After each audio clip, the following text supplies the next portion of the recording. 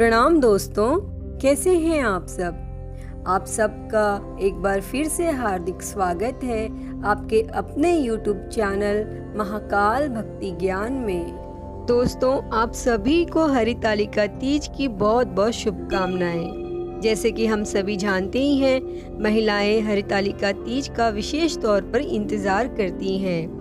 विवाहित महिलाएं अपनी पति की लंबी आयु के लिए हरितालिका तीज का व्रत करती हैं, तो वहीं कुंवारी कन्याएं मनपसंद जीवन साथी पाने के लिए यह व्रत रखती हैं। माना जाता है कि सर्वप्रथम यह व्रत माता पार्वती ने भगवान शिव के लिए रखा था।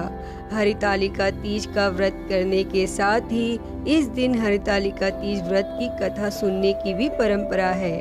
तो आइए सुनते हैं इस व्रत की कथा।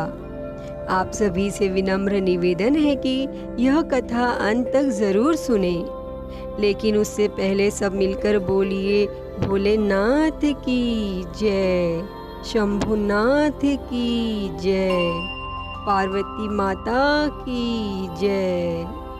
एक बार भगवान शिव ने माता पार्वती को उनके पूर्व जन्म का स्मरण कराने के उद्देश्य से इस व्रत के महात्म्य की कथा कही थी। श्री भोले शंकर बोले, हे गौरी, पर्वतराज हिमालय पर स्थित गंगा के तट पर तुमने अपनी बाल्यावस्था में 12 वर्षों तक अधोमुखी होकर घोर तप किया था। इतनी अवधि तुमने अन्न न खाकर पेड़ों के सूखे पत्ते चबाकर व्यतीत किए। माघ की विकराल शीतलता में तुमने निरंतर जल में प्रवेश करके तप किया। बैशाख की जला देने वाली गर्मी में तुमने पंचाग्नि से शरीर को तपाया। श्रावण की मूसलाधार वर्षा में खुले आसमान के नीचे बिना अन्न जल ग्रहण किए समय व्यतीत किया। तुम्हारे पिता तुम्हारी कष्ट साध्य तपस्या को देखकर बड़े दुखी होते थे, उन्हें बड़ा क्लेश होता था। तब एक दिन तुम्हारी तपस्या तथा पिता के क्लेश को देखकर नारद जी तुम्हारे घर पधारे। तुम्हारे पिता ने हृदय से अतिथि सत्कार करके उनके आने का कारण पूछा। तब नारद जी ने कहा, हे गिरिराज, मैं भगवान विष्णु के भेजने पर यहाँ उपस्थित हुआ हूँ। आपकी कन्या ने बड़ा कठोर तप किया है, इससे प्रसन्न होकर वे आपकी सुपुत्री से विवाह करना चाहते हैं। इसीलिए इस संदर्भ में मैं आपकी राय जानना चाहता हूँ। नारद जी की यह बात सुनकर गिरिराज गदगद हो उठे। उनके तो जैसे सारे क्लेश ही दूर हो गए। प्रसन्नचित होकर वे बोले, श्रीमान, यदि स्वयं विष्णु मेरी कन्या का वरण करना चाहते हैं तो भला मुझे क्या आपत्ति हो सकती है। वे तो साक्षात ब्रह्म है। हे महर्षि, यह तो हर पिता की इच्छा होती है कि उसकी पुत्री सुख संपदा से युक्त पति के घर की लक्ष्मी बने। पिता की सार्थकता इसी में है कि पति के घर जाकर उसकी पुत्री पिता के घर से अधिक सुखी रहे। और फिर तुम्हारे पिता की स्वीकृति पाकर नारद जी विष्णु के पास गए और उन्हें तुम्हारे विवाह के निश्चित होने का समाचार सुनाया।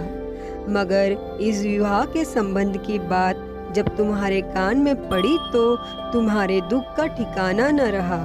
तब तुम्हारी एक सखी ने तुम्हारी इस मानसिक दशा को समझ लिया और उसने तुमसे इस विक्षिप्तता का कारण जानना चाहा। तब तुमने बताया कि मैंने सच्चे हृदय से भगवान शिव शंकर का वरण किया है, किंतु मेरे पिता ने मेरा विवाह विष्णु जी से निश्चित कर दिया है। मैं विचित्र धर्म संकट में हूँ, अब क्या करूँ। प्राण छोड़ देने के अतिरिक्त अब कोई भी उपाय शेष नहीं बचा है। तब तुम्हारी सखी बड़ी ही समझदार और सूझबूझ वाली थी। तब उसने कहा कि सखी, प्राण त्यागने का इसमें कारण ही क्या है। संकट के मौके पर धैर्य से काम लेना चाहिए। नारी की जीवन की सार्थकता इसी में है कि पति रूप में हृदय से जिसे एक बार स्वीकार कर लिया, जीवन पर्यंत उसी से निर्वाह करे। सच्ची आस्था और एक निष्ठा के समक्ष तो ईश्वर को भी समर्पण करना पड़ता है। मैं तुम्हें घनघोर जंगल में ले चलती हूँ, जो साधना स्थली भी हो और जहाँ तुम्हारे पिता तुम्हें खोज भी न पाए। वहाँ तुम साधना में लीन हो जाना। मुझे विश्वास है कि ईश्वर अवश्य तुम्हारी सहायता करेंगे। और फिर तुमने ऐसा ही किया। तुम्हारे पिता तुम्हें घर पर न पाकर बड़े दुखी तथा चिंतित हुए। वे सोचने लगे कि तुम जाने कहाँ चली गई। मैं विष्णु जी से उसका विवाह करने का प्रण कर चुका हूँ। यदि भगवान विष्णु बारात लेकर आ गए और कन्या घर पर न हुई तो बड़ा अपमान होगा। मैं तो कहीं मुंह दिखाने के योग्य भी नहीं रहूँगा। यही सब सोचकर गिरिराज ने जोर शोर से तुम्हारी खोज शुरू करवा दी। इधर तुम्हारी खोज होती रही और उधर तुम अपनी सखी के साथ नदी के तट पर एक गुफा में मेरी आराधना में लीन थी। भाद्रपद शुक्ल तृतीया को हस्त नक्षत्र था। उस दिन तुमने रेत के शिवलिंग का निर्माण करके व्रत किया। रात भर मेरी स्तुति के गीत गाकर जागी। तुम्हारी इस कष्ट साध्य तपस्या के प्रभाव से मेरा आसन डोलने लगा। मेरी समाधि टूट गई। मैं तुरंत तुम्हारे समक्ष जा पहुंचा और तुम्हारी तपस्या से प्रसन्न होकर तुमसे वर मांगने के लिए कहा। तब अपनी तपस्या के फल स्वरूप मुझे अपने समक्ष पाकर तुमने कहा कि मैं हृदय से आपको पति के रूप में वरण कर चुकी हूँ। यदि आप सचमुच मेरी तपस्या से प्रसन्न होकर आप यहाँ पधारे हैं तो मुझे अपनी अर्धांगिनी के रूप में स्वीकार कर लीजिए।